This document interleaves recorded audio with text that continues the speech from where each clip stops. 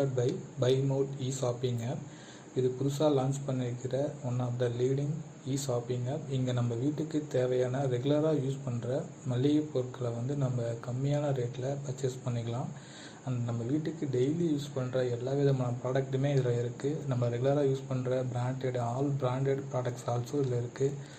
So and also welcome kit offer போட்டிருக்காங்க. அது யாரும் மிஸ் பண்ணாமல் இந்த BuyMote e-shopping ஆப்பை யூஸ் பண்ணி வெல்கம் கிட் ஆஃபரை யூஸ் பண்ணிக்கிங்க. Don't miss it.